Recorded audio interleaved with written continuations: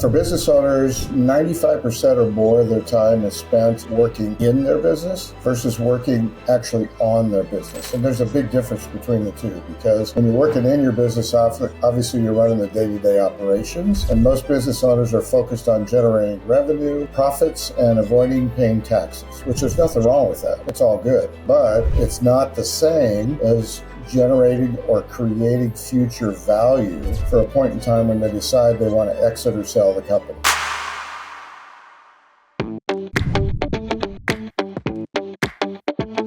Cam, welcome to the Sideshed podcast. Matt, thanks so much for having me. Thanks for coming, mate. We're talking today, we've got a little mini-series here, two-part, which we've put together called Selling Smart, How Tradies Can Build and Sell a Profitable Business. I've done quite a lot of episodes actually within this dynamic lately, and I think interestingly, this whole North American model that you guys have been doing so well for so long, you know, with the whole amalgamating businesses and then exiting through private equity and all those kind of things, like that is coming to the shores here pretty soon. And a few of my colleagues are sort of pioneering that with some of their businesses, and it's super exciting because there's a lot of interest around it, and it's sort of, I think, giving a lot of business owners hope that you know, they might one day get something for all their hard work.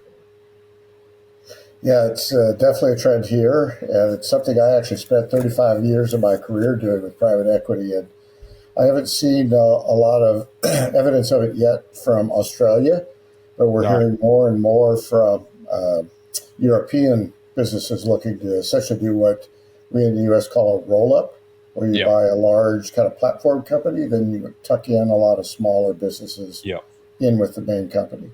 Yeah, so it is the general feedback that I'm getting from my colleagues that are actually in this process right now is that there's a lot of there's just different types of red tape over here. So there's different legal obligations, there's different accounting and bookkeeping, you know, so on and so forth, and then there's differences as well within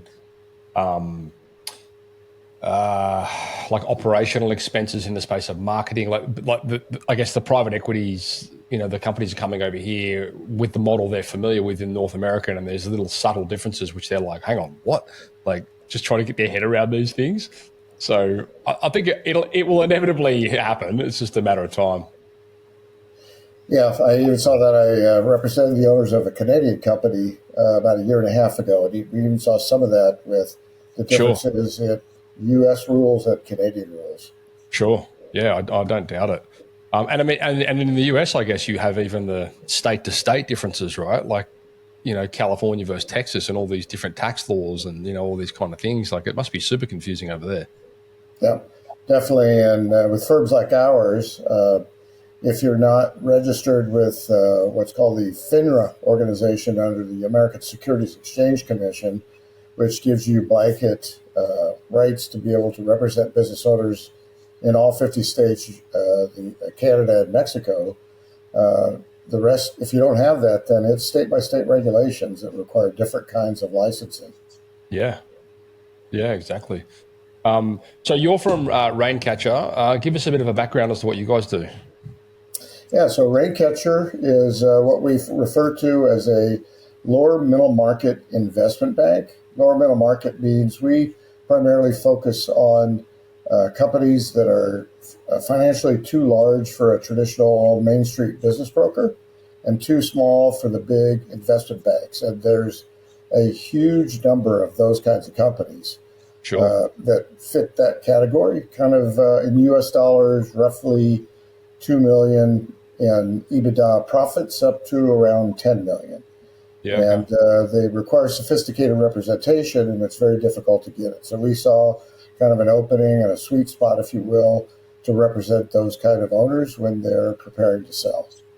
So do you guys do a lot of the roll-up? Like, are you guys amalgamating businesses, or is it just capital? Well, if they're a strategic, and let's say they're an HVAC company, which is a really hot category these days. Yeah. If they're a larger strategic and they want to go acquire other companies, if we're selling an HVAC company that's independently owned, they would definitely be a buyer for that. typically, we're part of our job is to properly package that company that wants to sell and go out and find the buyers for them, whether they are a strategic or a private equity firm or what we refer to as a family office, which is a family that is so wealthy that they hire a team of people to work for them and go out and buy companies for them. And I guess there's different stages. I mean, if it's a $2 million, dollar business, they might be looking to acquire another business to add on to theirs to, growth through acquisition model, I guess, where on the larger scale, you might be sort of amalgamating 4 private equity businesses or something along those lines, right? That is correct. Yeah, that's what we would traditionally call effectively a roll-up, where they're strategically acquiring other like businesses. And oftentimes they put them under a single brand umbrella. Right. Yeah. Cool. You see it a lot where you'll have, like a plumbing business as it started, and then they might add on electrical and home renovations, and then they sort of become more sort of home service focused, I suppose, to sort of be able to offer more to their database, that kind of dynamic. Yeah, in the States, there is a very strong tradition right now for financial buyers that could be family offices, private equity firms.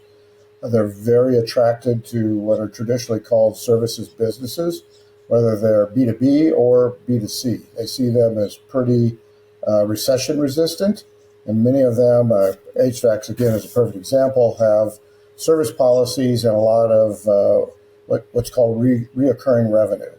Yeah, like the scheduled maintenance programs and that kind of. Exactly. Yeah.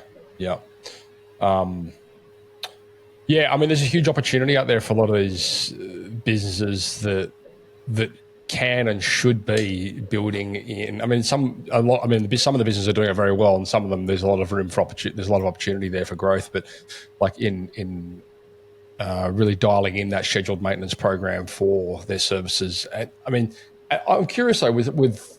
I mean, obviously, the obvious ones are HVAC. You've got over here, we have a lot of solar businesses, again, quite conducive to it because you've got your monitoring and you've got your, that technology moves so quickly. There's always something new coming out which can be added onto a system which can improve output and all those kind of things. Have you ever seen, though, I suppose, businesses more in the project space? Like if you take like a bathroom remodeling company or a kitchen remodeling company or anything like that. Have you ever seen any of those sort of businesses create a successful recurring scheduled maintenance kind of program or whatever you might want to call it? I haven't really seen many of them create what you might refer to as a recurring revenue stream where they have some kind of service plans. The general nature of those kind of companies is project-based. They complete a project and then moving on. The biggest challenge I see with them, and I've had quite a few of those kinds of companies approach me or our firm about selling, and many of them are fairly much what we kind of call a solo operation, and they've created a network of independent contractors that actually execute the work versus having a fully staffed operation that can be redundant or continued if they choose to sell and leave the business. And the ones that are dependent on a solo or an independent contractor network, those could be pretty difficult to sell. So if I'm jumping the gun here, tell me, because in this episode, we're going to be talking about the 5 critical mistakes that could ruin your trade business sale. However, I do have a question around that in the space of, and you've kind of touched on it, I suppose. And again, we've had this topic before on the podcast. It's always good to hear other opinions from levels of different experience. When you're trying to sell a business, you obviously don't want to buy a business that is completely dependent on any one individual or any individual specifically, which I suppose lends itself to the conversation in alignment with systems, team structure, delivery processes, and all these kind of things, right? Absolutely. Yeah. So, the number one issue we see that's a challenge for businesses to be sellable is the quality of their accounting reporting And number two would be just what you described, Matt. It's what we refer to as investment bankers as owner dependency. In any business that has a high degree of owner dependency, where the owner oftentimes is the primary owner of customer relationships or has the unique knowledge or specialized knowledge that makes the company successful, buyers see that as pretty high risk. So what are some of the things that, in your experience, are effective in mitigating those situations? Well, I think first and foremost is it's a common kind of cliche almost that about for business owners, 95% or more of their time is spent working in their business versus working actually on their business. And there's a big difference between the two, because when you're working in your business, obviously you're running the day-to-day operations, and most business owners are focused on generating revenue and profits and avoiding paying taxes, which there's nothing wrong with that. It's all good. But it's not the same as generating or creating future value for a point in time when they decide they want to exit or sell the company. And the sad fact is everybody's going to leave their company at some time.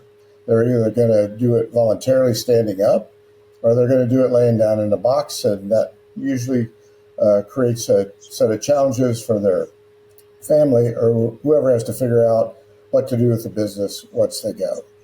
So the key is not to wake up one morning and say, hey, I'm tired of running this company, I want to sell it, which I hear all the time.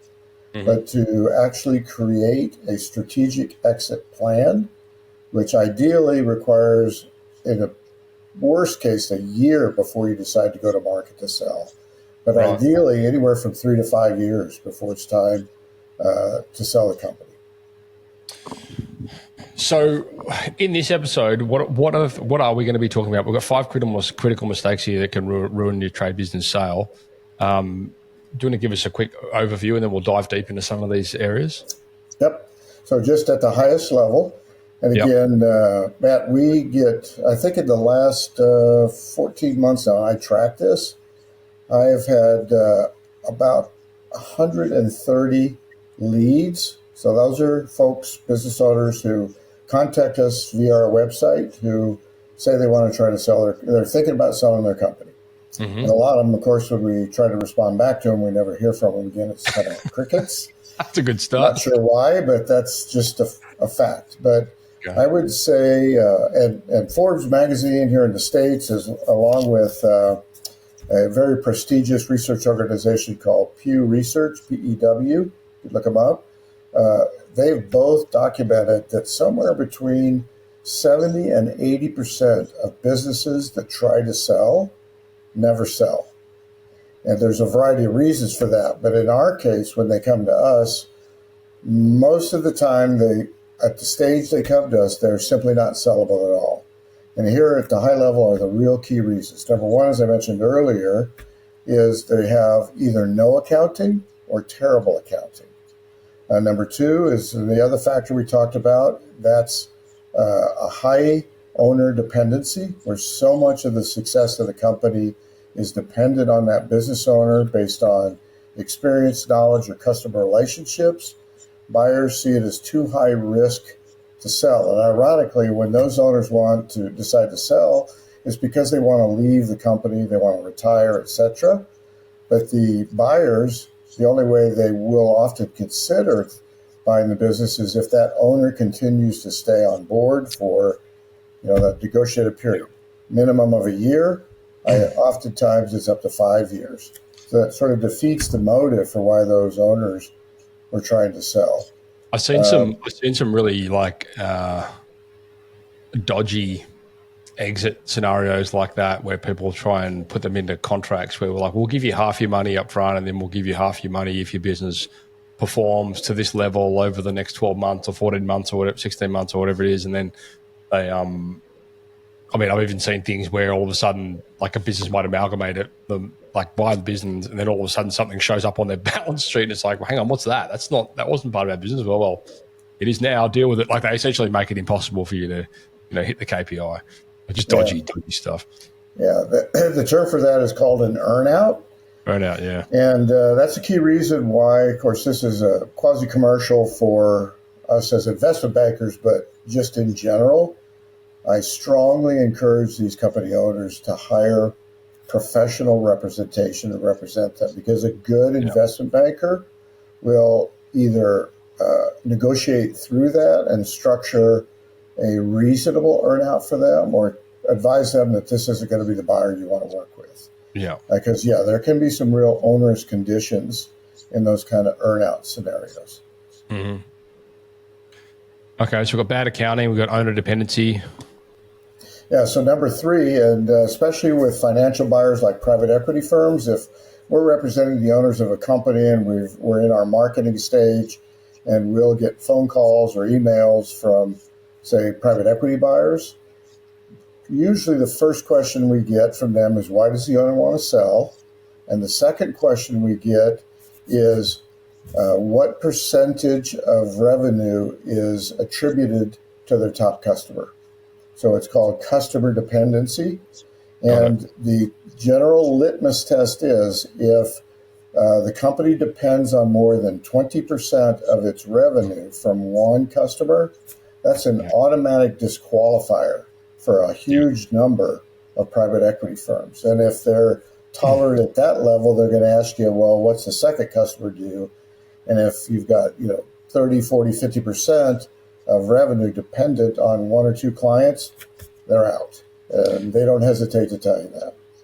I've seen this so many times before, and even one of my good friends who runs a plumbing company in Sydney, and he was doing sort of cottage work. So he would work for builders basically and do the plumbing on the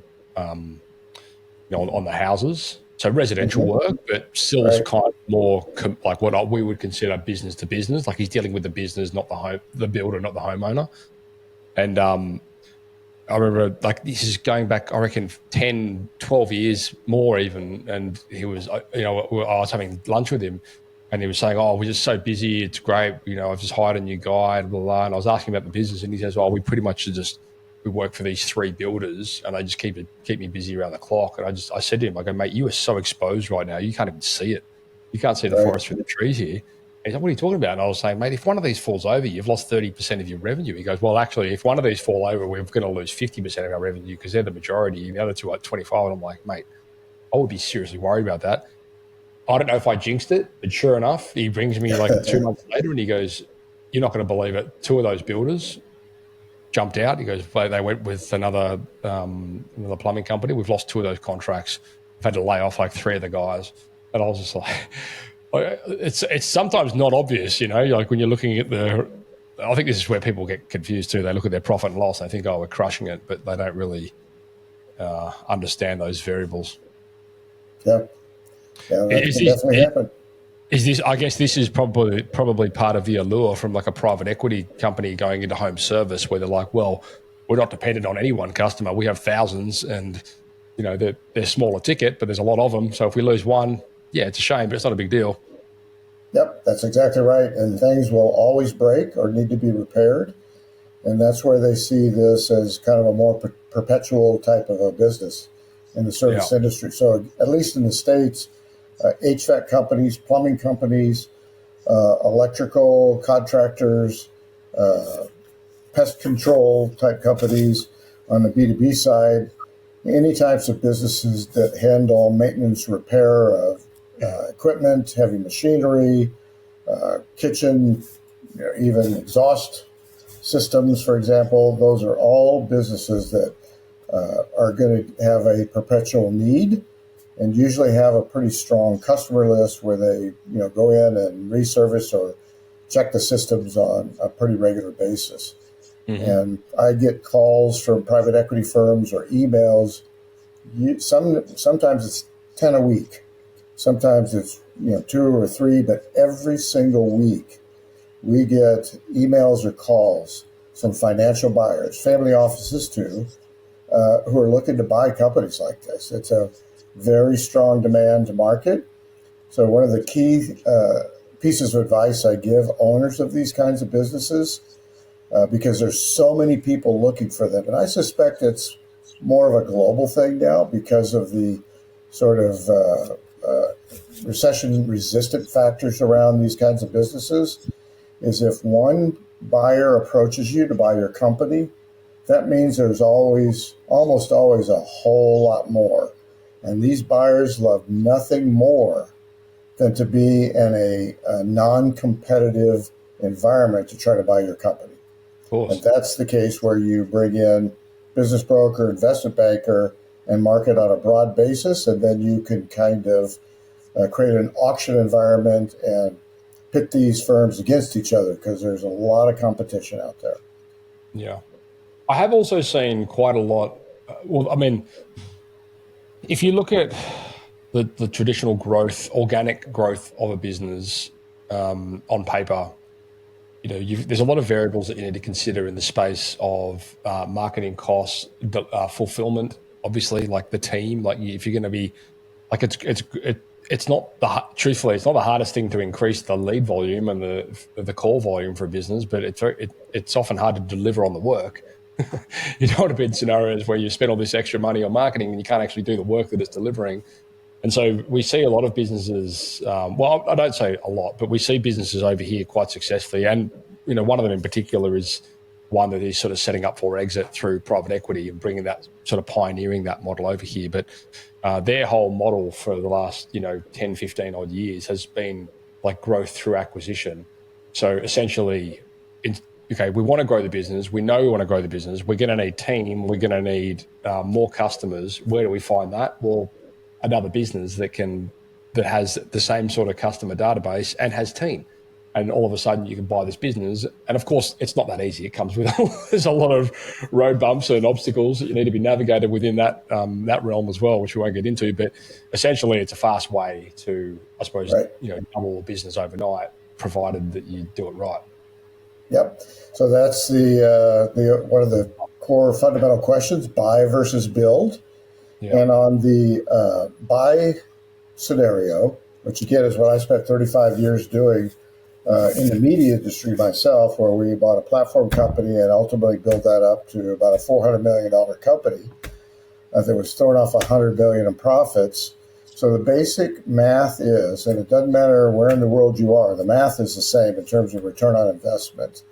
The smaller the company, the lower the multiple that the buyer is going to pay, and that's a multiple of the profits of the company, generally described as EBITDA, earnings before interest, taxes, depreciation, and amortization. And the math is simple. The more of these companies they buy, the larger the EBITDA is, and when they turn around and package the whole thing together and sell it, they get what is referred to as an arbitrage on the exit multiple. So let's just make a hypothetical example. If they bought a bunch of companies at 4 times, 5 times, and 6 times the EBITDA and put them all together and had a much bigger company, and they're going to grow organically at the same time, they usually get additional cost efficiencies by being able to buy in higher volumes for any materials or supplies. When they go to exit, it's worth, on a multiple basis, much more than the average multiple they paid for all the companies together. So if they averaged in on all the companies they bought at, say, 5 times, they might be able to sell for 7 or 8 times. So they get an extra pop on top of the overall business because they have much greater scale. And the greater scale attracts a larger potential financial buyer. And the greater scale, the buyers can pay more for it because there is less risk in a larger business. There's less margin, there's more margin for error than there is in smaller companies. I've got a question around this because I've asked a few people, and I've never really got sort of what I consider a straight answer. But when you've got, say, a private equity company come along and buy a business, are they purchasing that business with the assumption that they're going to be able to run it better than whoever currently is? That's actually an excellent question, Matt. So there are some who think that's their assumption. There are others who recognize the value of the existing operation, and they want to build on that by providing additional business or management expertise, or if they're buying two of those and they put them together. You mentioned earlier pre-call here Service Titan. That would be a perfect example of a firm that, for example, I'm representing the owners of a plumbing and electrical service business right now that uses Service Titan. And if they had not used that product, the buyers, and we're looking, all the buyers are private equity for us right now on that deal, and they bought two of those companies, they would say, hey, we can help you run this business far more efficiently by introducing some new processes, procedures, and technology. And that would be a perfect example where that would be a fit. Sure. And is that I guess that's why the focus on like the gross profit rather than the net profit becomes relevant, because typically people go, well, it's about how much money is left over, like what's the net profit? But then if you've got in the interest of purchasing a business, like if the focus is on, okay, what is the actual turnover? Because I'm pretty convinced that we could plug our systems into this and we can improve the margins just purely based on the way we do things. If it's technology like Service Titan or whatever it might be, those abilities to be able to improve those margins become insanely relevant. Right.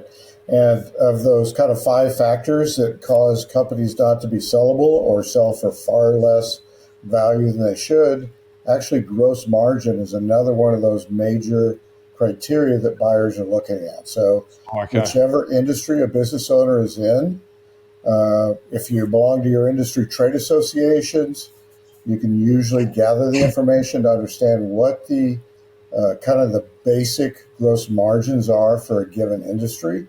And if your company is running at something less than that, buyers are going to look at that and either devalue it or not have an interest in that kind of company. So of those 5, that's another one of the criteria that's often measured or considered for buyers to look at a business. I would have thought, though, an underperforming gross margin would have been an opportunity just to increase prices from the perspective of somebody who's acquiring that business.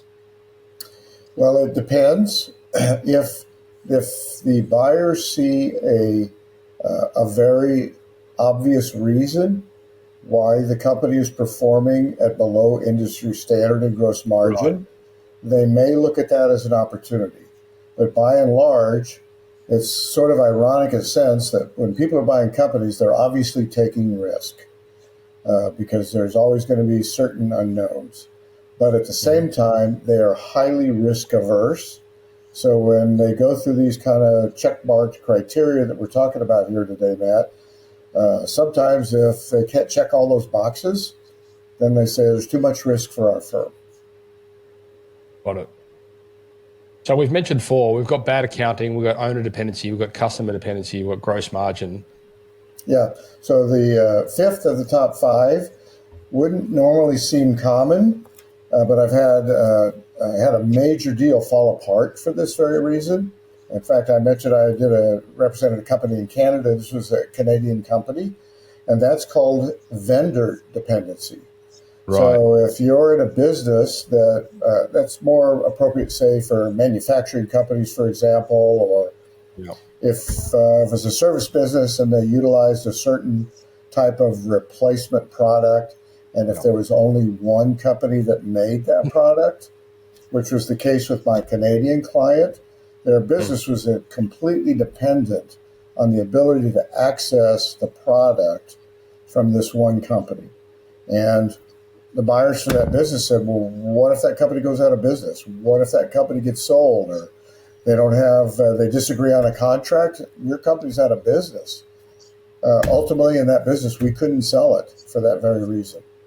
I see that all the time. Businesses pop up that are dependent on other businesses, and I mean, a lot of them, it's an immediate red flag. I suppose I almost learned this the hard way, because I know when I mentioned to you offline that the surf, the wave pool thing that I'm taking these guys from Service Titan to, but there was the first one that popped up in Melbourne. Like, I remember then I was looking into like properties around that area because I wanted to maybe build like an urban surf ranch. So sort of what we would do when we travel and we go surfing, like have that sort of near the surf pool. And then I thought last minute, this is crazy, because if anything happens to, like, I'm so dependent here. Like it's a crazy location. It's like right in the middle of the city, basically. Like it's right at the airport.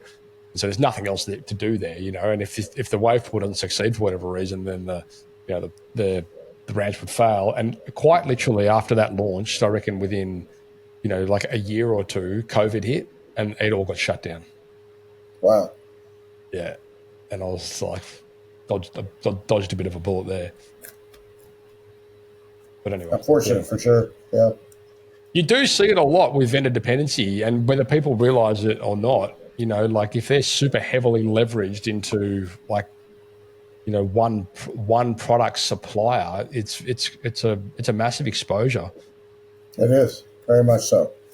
Yeah, and it's even more exacerbated right now with all the uncertainties and unknowns taking place, which are heavily driven right now by the United States, unfortunately. And that's related to tariffs.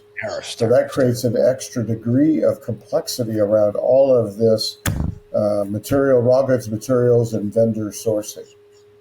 Yeah, absolutely. I've also seen scenarios where businesses have been like have put themselves into like contractual obligations with vendors in order to save costs on products or whatever, but they have to represent that one product. It's interesting, man, because that actually, and ironically, and it depends on the scenario, is truly a two-edged sword. So in some cases, we run into issues with buyers being uncomfortable buying a company because that company has no contracts with its vendors or with its customers, for that matter. And on the other side of the coin, in certain situations, like you just described, we run into challenges selling a company because the company has contracts with vendors or key customers that are quite restrictive or onerous and don't give the buyer flexibility to change things. For example, if they had a long-term contract with a customer that price changes have occurred over time and the margins are limited or near zero, or maybe they're even underwater with that client, but the contract's pretty ironclad, it creates a real issue for the buyers who want to buy the business. Cool. So bad accounting, owner dependency, customer dependency exceeding 20% or more, gross margin, and vendor dependency. Correct. Yep. The top 5 pitfalls. Yeah, very, very interesting. And I suppose question around the bad accounting, is it bad accounting systems or just dodgy stuff are you talking about? Because I mean, it can't be hard to go plug in, QuickBooks into a company, clear up the bank accounts with with an accountant. A great question. We'll get a little technical here for maybe some of your audience, but so there are two types of accounting. There's cash-based accounting, and there's what's generally referred to, at least in the States, and I think it's pretty universal, is GAAP-based accrual accounting. So in accrual accounting, you recognize costs in the same month that you recognize the revenue associated with that cost.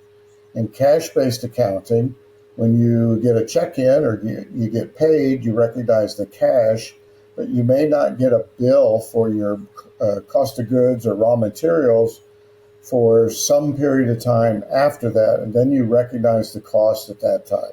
So it's not matching up cost with revenue, so you don't have a true picture of what your gross profit and your gross margin is. And it's further complicated with types of businesses that have inventory of finished goods and inventory in raw materials that are going to be turned into finished goods. So it's very difficult for buyers to truly understand what the true financial performance of the company is. And I'll give you, this is a true story, sad story. I had the owner of a husband and wife owner of a really nice company, about $6 million US, in the automotive aftermarket test equipment business. And when they called and said, hey, we want to sell our business, our first questions always are, well, why do you want to sell? They had good rationale. And we said, what's your financial story. They said, we're doing about $6 million in revenue. And I said, what's your EBITDA profits? And they said about 1.4 million US. And I said, wow, that's a pretty good business.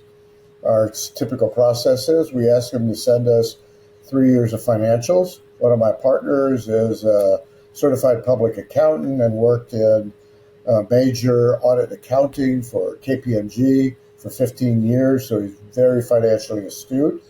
And he went through all of their financials over 3 years with a fine-tooth comb.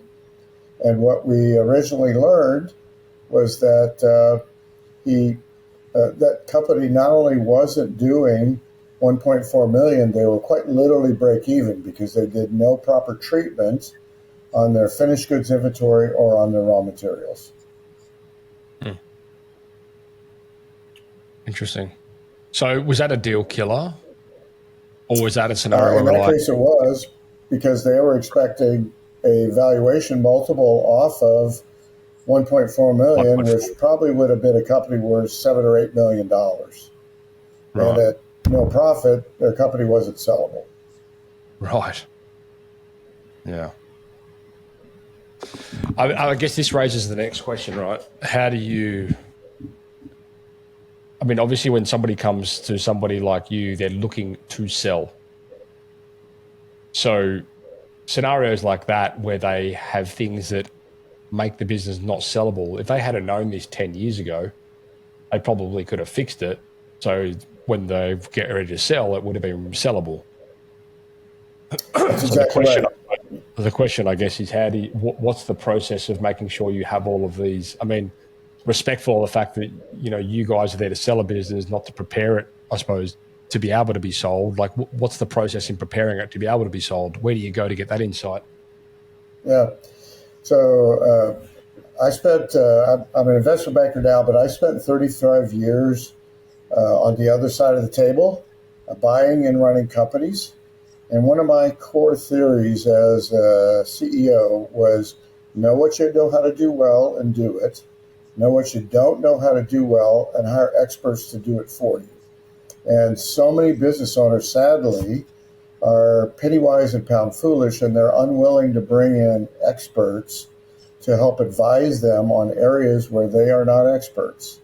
Sure. So, we recommend that there's a huge trend, at least in the United States, that I've seen some signs of it in Europe at least, of working with what's called a fractional CFO.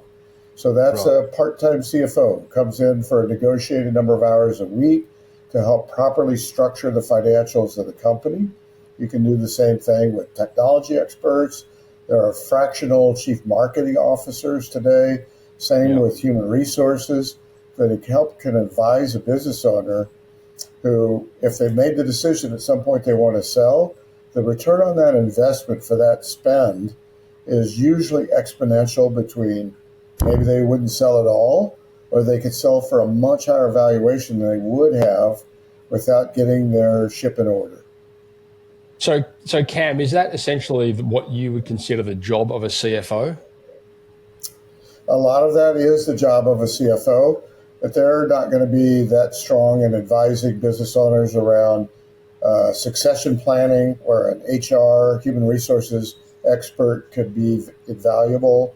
Because again, if there's high owner dependency, then one of the most ideal ways to solve that problem is to bring in a strong manager under that business owner to train and be able to step in and run the company once that owner retires. Right. The challenge around that is that costs money, and a lot of business owners are very reticent to do that. Right. Okay. Are there any books or anything like that you would recommend for people to read to get education and insight and knowledge around these areas? Not necessarily books, but the overall category of consultants or experts that can help these business owners, they're called exit and transition planners. Okay. I actually was a partner in a consulting work for about 5 years doing that. I don't do that anymore. But there are plenty of experts out there that can help folks with that. And again, part of my whole mission, and I so appreciate you having me on your podcast, because is to try to get this message across, because the general 10,000 baby boomer generation people turn age 65 every day. And Yeah. the trends are that most of them don't have children who want to go to work in their company. And the company is their highest source of generational worth. They have no other choice but to sell the company. And it's really heartbreaking for us when we get these calls and we have to say, I can't help you. I can't sell your company right now. And if you want to sell it, you're 2 or 3 years away from being able to do that if you can fix these things that are a problem. So it's kind of a call for attention to help folks understand this. And at that point, would you then be sending that business to an exit and transition partner and saying, hey, go and speak to these guys because they'll help you fix all this stuff so we can potentially sell it? Yeah, we sure can. We saw so many of them. We actually created a partnership with a firm that has a lot of experts in different kinds of industries. And we refer to the primary firm, and they'll identify what the needs of a business owner are. And they'll have somebody that's an expert, whether it's, say, food processing or, heavy manufacturing or construction, whatever it might be. And they have experts in those fields. And many of them have a strong financial background, but others have specific market expertise as well. So the silver lining, I suppose, is the fact that even if it's not immediately sellable, chances are you could get someone to help you sell it. That's right. But again, there's as I said, I would be rich if I could count the number of business owners who basically called and said, "Hey, I woke up this morning and decided I want to sell my company." Sure. Rather than do the work, 2 or 3 years in advance of that. But the other thing they don't understand is that if they were sellable and they signed an engagement with me today, it's going to be at least 9 months before a wire transfer hits their bank account. It's a very long process. It's a lot of hard work. Mm-hmm. And we try to counsel them that selling a company is literally a full-time job on top of their full-time job. Right. And that's just in the space of getting all of the documentation, processes, procedures defined, like all of those things that we sort of touched on earlier, right? Yep, it's a lot of work for them. They have to provide a lot of documentation. We then create very sophisticated marketing materials. We go out and find buyers. We negotiate what are called IOIs, or first round offers, then letters of intent after that.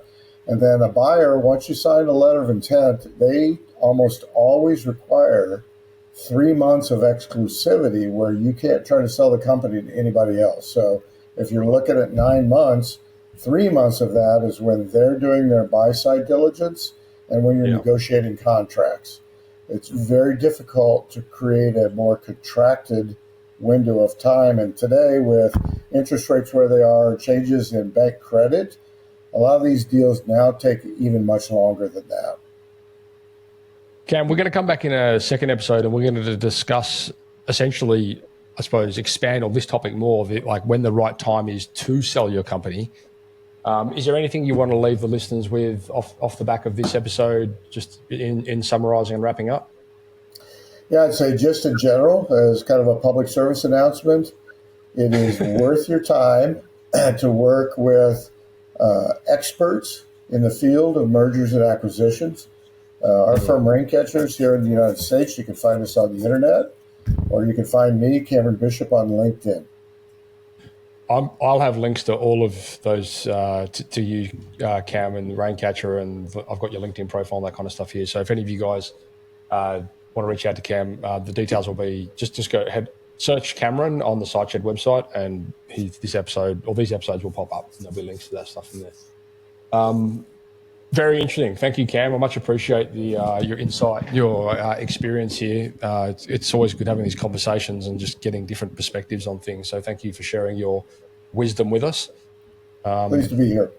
I am looking forward to the next episode where we're going to be talking about how to the perfect exit, how tradies know when to sell their business. So again, very relevant. So I hope in that episode, we're going to get a bit of a framework on what you guys can be doing today in order to prepare yourselves to sell whenever that time might be in the future, and avoid that scenario, probably like you were just saying before, Cam, where you wake up one day and go, I want to sell my business today.